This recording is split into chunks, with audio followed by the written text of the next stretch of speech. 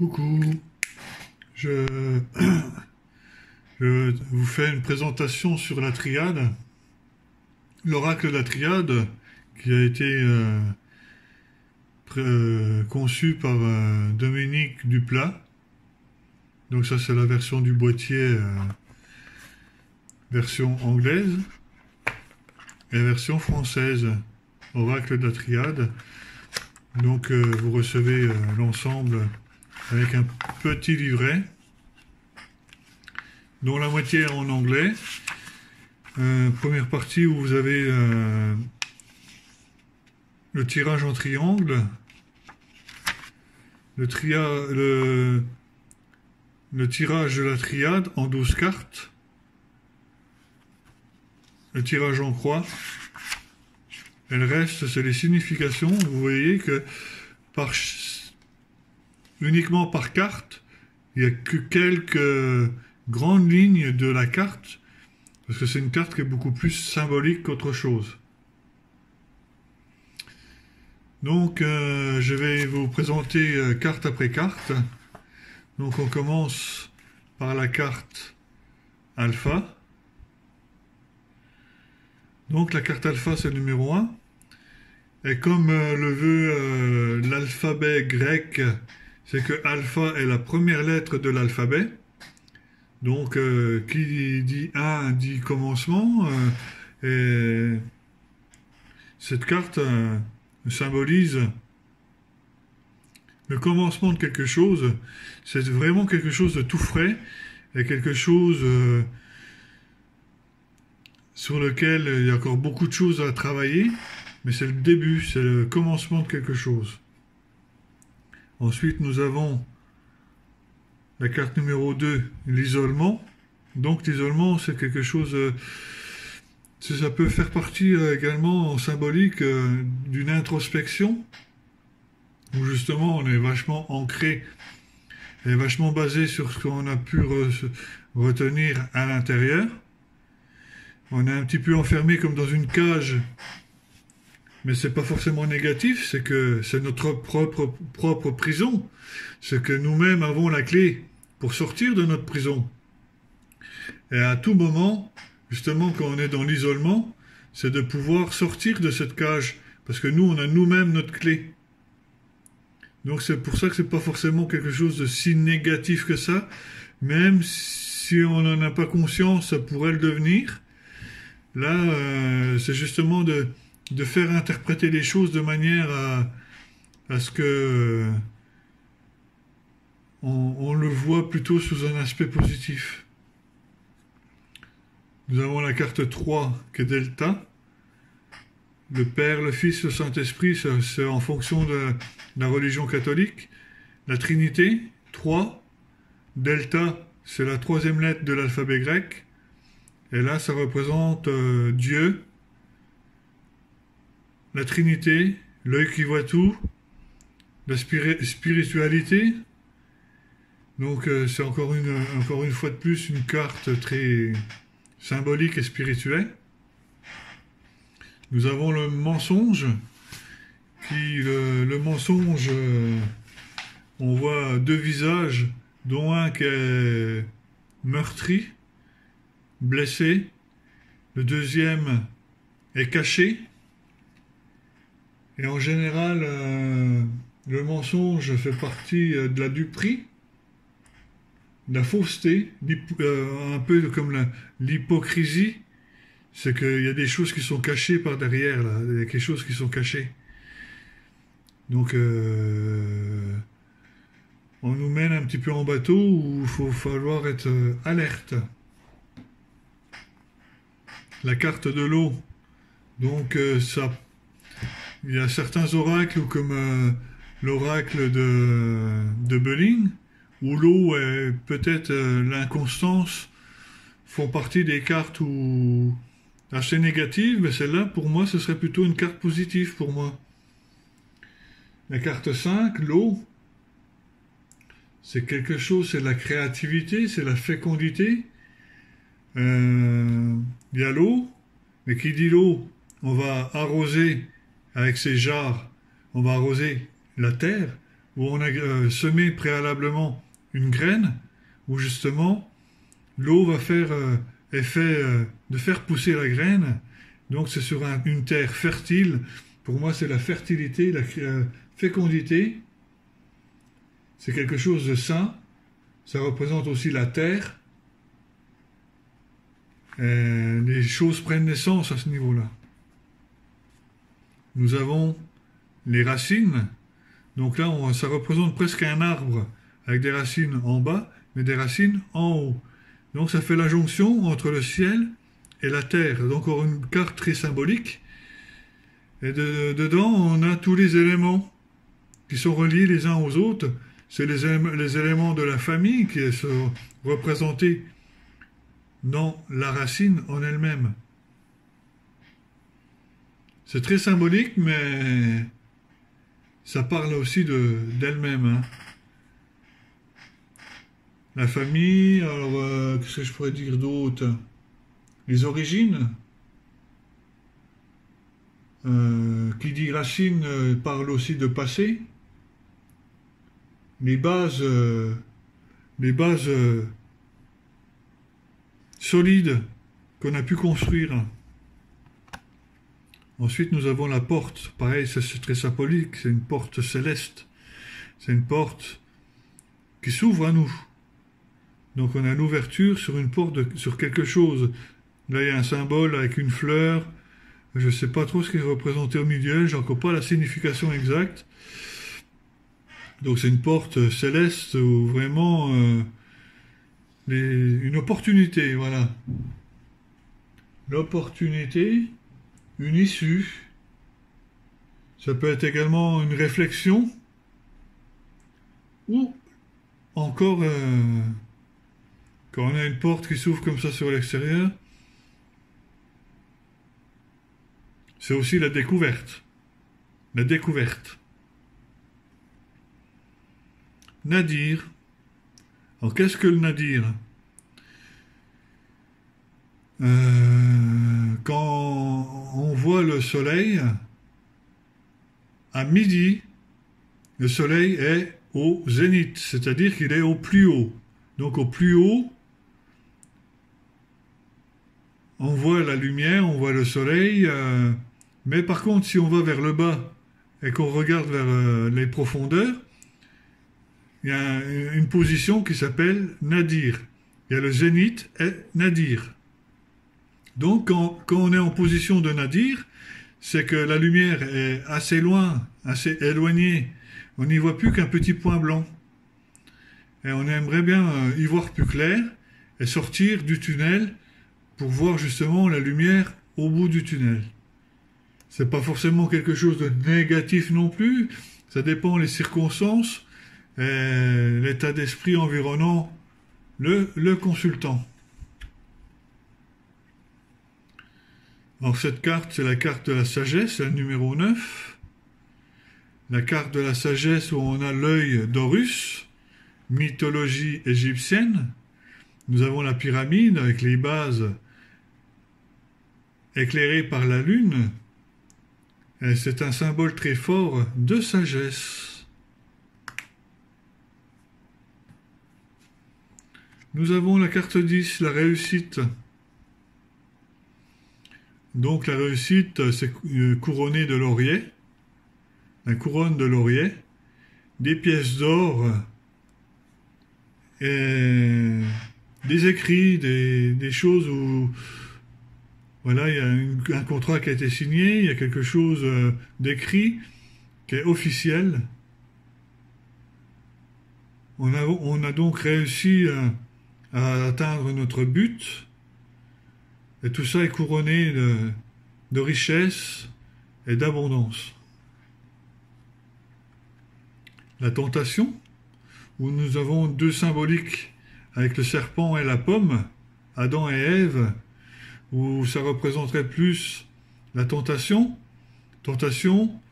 de tromperie, de tromper son partenaire, où ce personnage a été tenté à tromper sa partenaire. Alors ça, c'est une carte que j'ai eu du mal à comprendre la première fois. C'est une étoile à 6 branches. C'est un symbole très puissant. euh, Où on retrouve les symboles zodiacales, masculins, féminins, la Lune. Là, c'est peut-être une planète, Jupiter ou un truc comme ça. Et c'est un symbole très fort de protection. Le sceau était également à une époque une marque officielle sur les lettres, où on tamponnait les lettres avec de la cire, avec un sceau.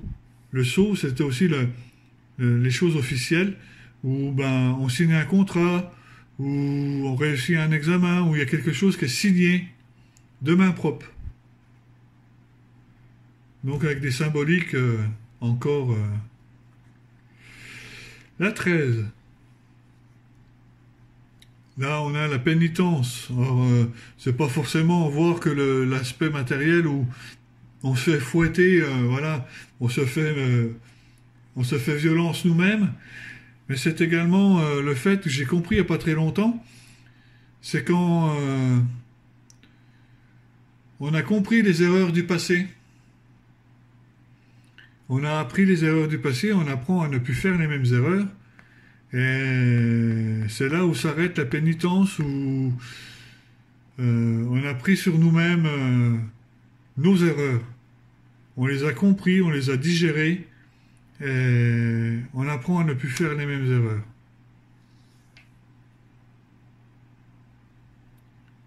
Donc maintenant, nous retrouvons la carte de l'homme. Encore une fois, la représentation d'un visage, l'homme, avec des symboles. En général, si l'homme sort lors d'un tirage, ça représente le consultant. Et si le consultant est une femme, ça représente le conjoint de cette femme, du consultant. En 15, nous avons la carte de l'amour. C'est principalement une des rares cartes où on fait référence à l'amour et au cœur, couronné d'une croix et d'un triangle, où c'est l'amour propre, l'amour pur, l'amour inconditionnel.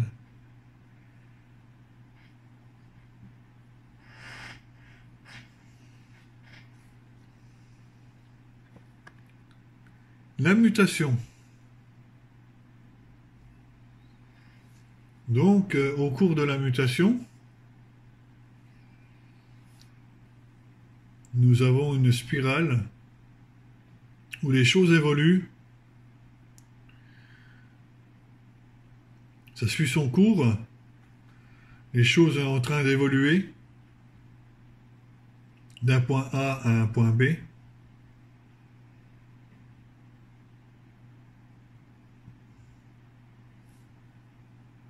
Voilà pour la mutation. Alors cette carte, elle représente beaucoup de choses. Nous avons l'énergie. Nous avons au milieu une molécule où gravitent des électrons un peu dans tous les sens. Donc là, il y a des petits tirets blancs, rouges, je ne sais pas trop à quoi ça correspond. Mais cette carte symbolise beaucoup l'énergie qui est mise en œuvre,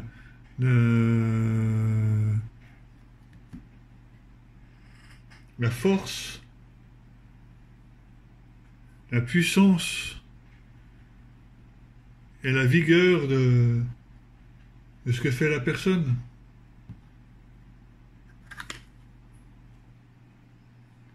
En 18, la science. On peut y voir plein de mots. Philosophie, astronomie, alchimie, virtuel, la science, les mathématiques, il y a plein de symboles. Pour moi, ça représente plus un aspect d'intelligence ou de connaissance.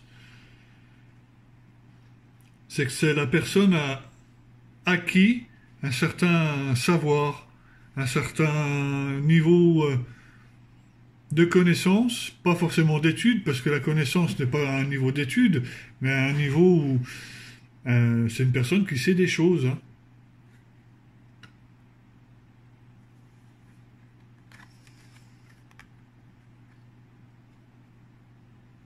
La prière, alors c'est prier le divin, un recueillement. Bon, il y a tout ce qui est religieux, un temple, une église, un prêtre, la supplication, mais c'est surtout le recueillement. Le recueillement sur soi-même ou le recueillement envers quelqu'un. L'erreur, c'est l'introspection, où on s'interroge si ce qu'on a fait était une erreur, ou a-t-on été induit en erreur? A-t-on fait une faute, un péché, un manquement? Ou avons-nous simplement raté quelque chose qui aurait dû être un peu plus élaboré?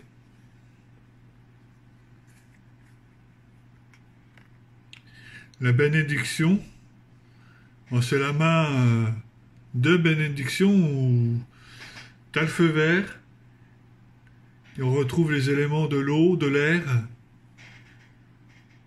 et des symboles, alpha, oméga, où la bénédiction c'est un accord de confiance.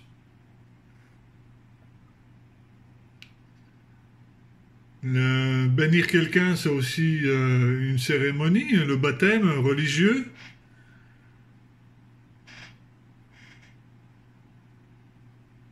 La cérémonie, le baptême.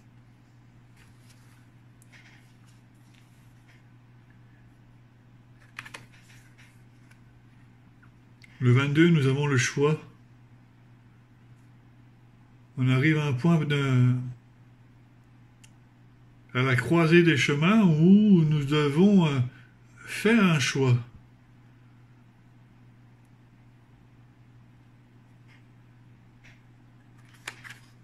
La carte de la paix, avec des couleurs pastel, calme, sereine, un beau bleu, une sorte de parchemin où il y a des inscriptions, ou une sorte de tapis où c'est calme, après c'est très symbolique pour dire que ça représente la paix. On aurait pu très bien mettre une colombe ou voilà.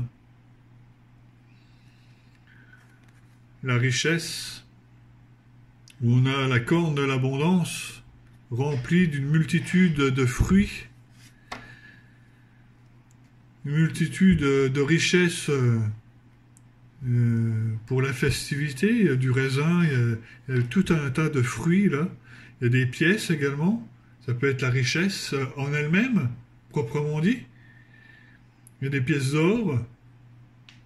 Et là, l'abondance est aussi quelque chose de très positif. Nous avons la carte de la femme, qui par rapport à tout à l'heure avec la carte de l'homme, vient un petit peu compléter le visage côté homme, côté femme, droite-gauche, symbole de la femme, la lune, symbole également de la femme, qui peut être la consultante ou la femme du consultant.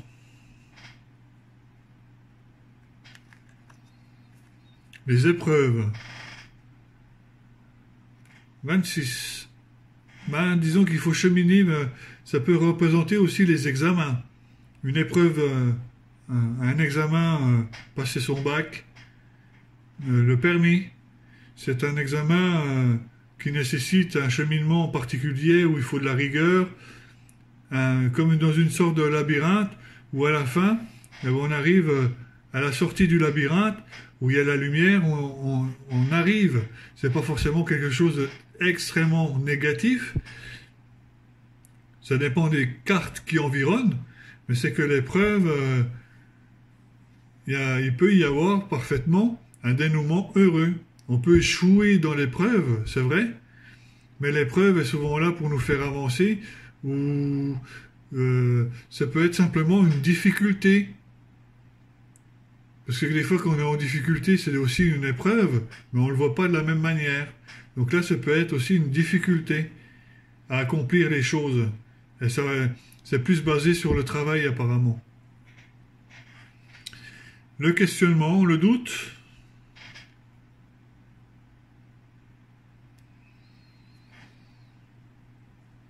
Remise en question. La protection, donc là, il y a des symboles forts de protection, dont je ne saurais déchiffrer exactement la signification, mais c'est une protection supérieure, c'est une protection céleste, où on peut faire référence à nos anges, archanges, guides, qui sont là pour nous protéger. Nous avons l'élévation, 29. Nous avons une pyramide, une base solide, avec un sommet. Et en général, on se détache de tout ce qui est un peu négatif pour justement prendre de la hauteur.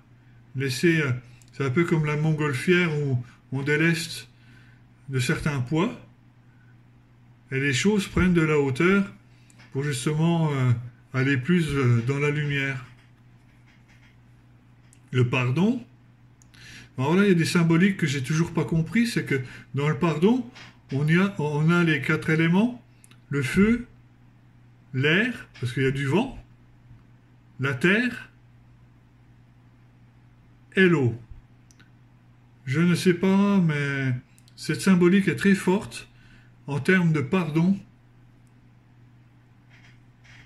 Alors, ce sera à chacun de un peu creuser dans les cartes. On a aussi l'ordre. Mettre de l'ordre dans sa tête.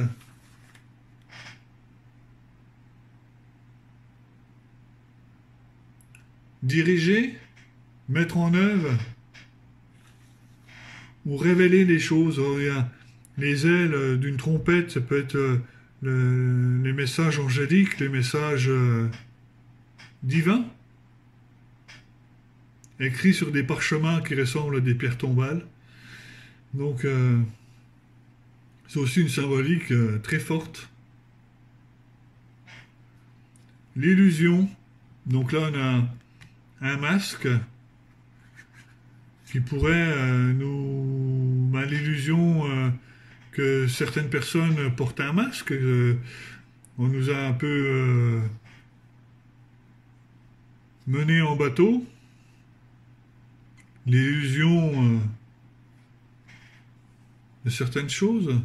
La naissance, on a le masculin, le féminin, les différents signes du zodiaque, il y en a 12. Et là, c'est une fleur en forme d'œuf, où ça représente la naissance. Ça peut être la naissance d'un enfant, une grossesse, le début de quelque chose qui prend naissance à un moment donné. Donc c'est toute une symbolique. Ça peut être la graine qu'on plante dans le sol, qui voit le jour. L'intuition, l'initiation. L'initiation,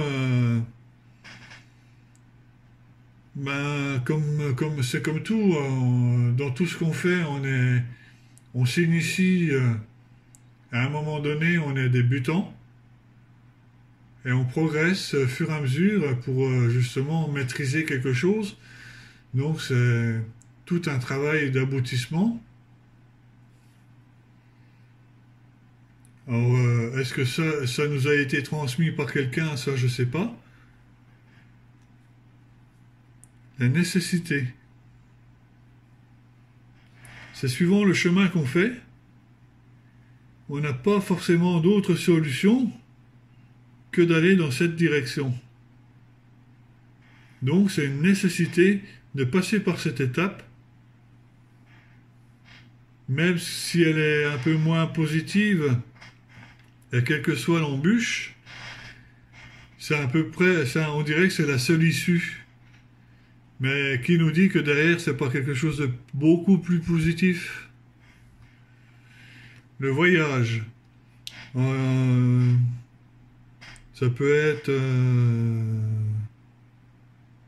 un déplacement, ça peut être un voyage, ça peut être l'étranger, voyager à l'étranger, ça peut être aussi la communication, parce que voyager, c'est aussi communiquer dans une langue étrangère, la communication, le dialogue.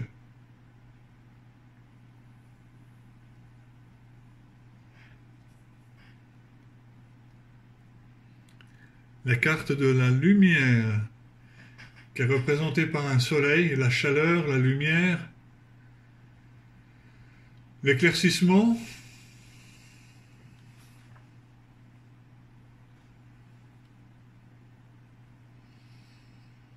l'illumination, la clarté,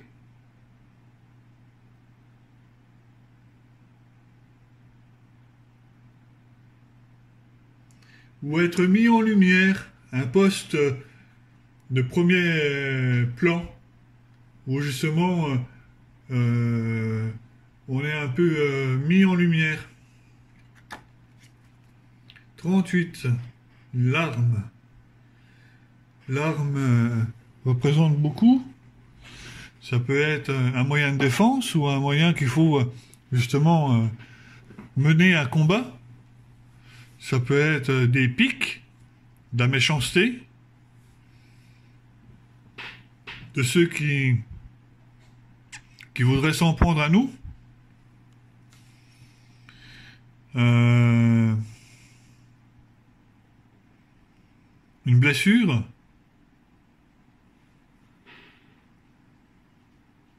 Un combat.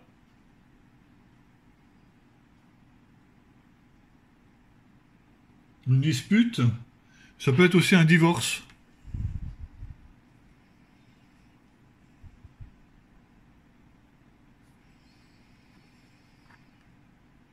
Le message. Alors on a la lettre. Donc ça représente un pharaon où il y a différentes écritures. Donc on est censé peut-être un peu plus de recevoir un message, que ce soit une lettre, un mail, un SMS, où on va nous contacter pour nous donner un retour ou une information particulière, où justement on attendait peut-être un message. Le malheur, c'est forcément une carte négative, mais ça peut signifier également une perte, la perte de quelque chose, la perte d'un être cher, où on a subi des choses négatives, où on est contraint à se voir affliger une punition, ou ben, finalement on est malheureux. L'équité. Donc on revoit un peu les serpents comme le symbole qui représente le médical, comme les pharmacies où vous avez le serpent qui représente le médical, le yin, le yang, où vous trouvez un équilibre. Ça, c'est le symbole de la balance. Et c'est un équilibre, une balance entre le plus et le moins, où justement les choses sont équilibrées. L'équité, c'est également la guérison, la justice, par la justice, diplomatie. La carte du désert. C'est un endroit où il fait très chaud, où il se passe quasiment rien, et il n'y a rien à l'horizon. C'est peut-être une période où c'est le calme plat, où on est dans la difficulté et qu'on aimerait un peu voir un peu autre chose. La clé, ça peut être la clé de la destinée comme dans l'oracle de Boli, ou c'est la clé, c'est la solution à nos problèmes. Cette clé, dans la mythologie égyptienne, est un symbole fort.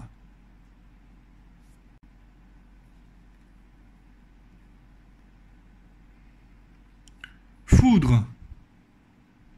Alors cette carte associée à l'amour, je ne sais plus où elle est, la carte de l'amour dans le jeu, mais elle est là. La foudre et l'amour, eh ben, ça représente un coup de foudre, un vrai coup de foudre, proprement dit. Ah, proprement dit, un coup de foudre amoureux. C'est pas un coup de foudre, voilà, j'ai pris la foudre au coin de la tête. Ça représente également quelque chose de soudain, d'instantané, comme un éclair, où les choses vont apparaître soudainement.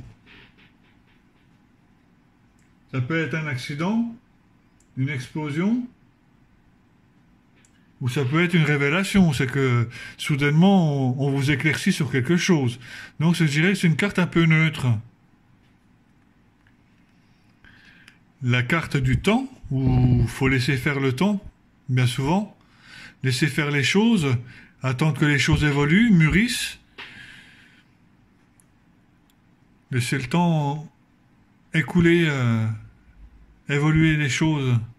Sacrifice, ça faire aussi faire don de soi. Ça représente sacrifice humain, sacrifice religieux, sacrifice que l'on a connu du Christ, avec le sang du Christ, la couronne d'épines. C'est une symbolique sur la religion catholique. L'éternité, symbole très fort, c'est un pilier d'équilibre. C'est la stabilité, la sûreté à long terme. Ça frôle presque la perfection.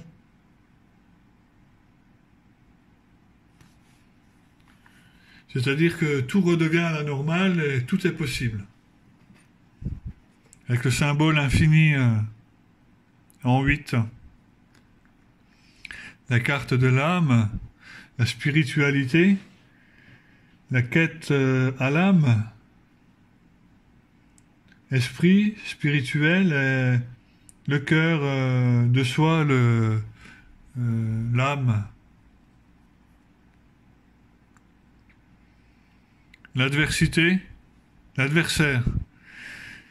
Ça peut représenter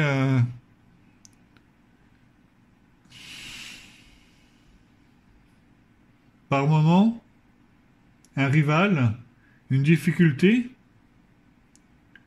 une menace, ou tout simplement on voit des bougies, donc sur le côté occulte, ça peut être des personnes, parce qu'on a l'étoile à 5 branches, mais qui est dessinée vers le bas, ou qui représente vraiment le mal. Ou soit c'est des personnes qui nous veulent du mal, aussi d'un côté avec les bougies de côté occulte, ça peut être de la magie noire tout simplement. Où il y a vraiment des personnes très mal intentionnées. Nous avons le papyrus, qui fait office de signature, d'écrit, Ça peut être les écrits comme l'écriture automatique, l'écriture intuitive.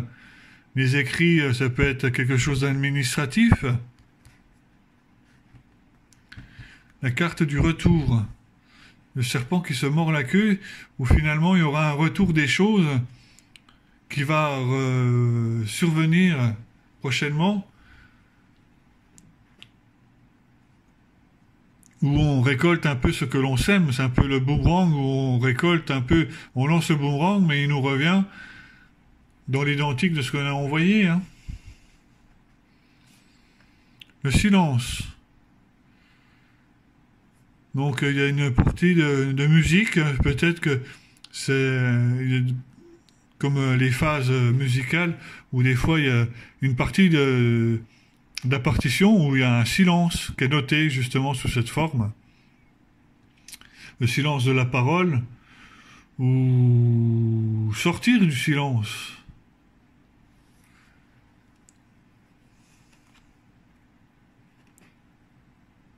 La méditation.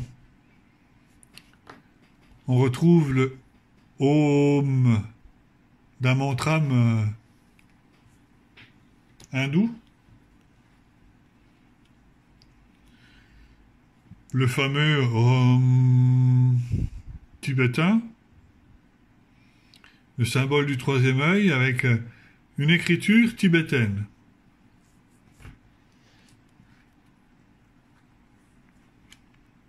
La mort. Alors la mort, nous avons un crâne avec 7 bâtons. Alors, je ne sais pas si ça correspond avec les énergies ou les plans d'énergie. Mais la mort est avant tout la fin d'un cycle où justement les choses prennent fin pour renaître plus loin sur autre chose. Donc c'est pas forcément la mort en elle-même, et je suis pas là pour prédire la mort non plus. Mais la fin d'un cycle peut redonner aspect à la carte ensuite, alpha, qui peut être le début de quelque chose qui revient ensuite. La fusion. Donc la fusion représente le mariage.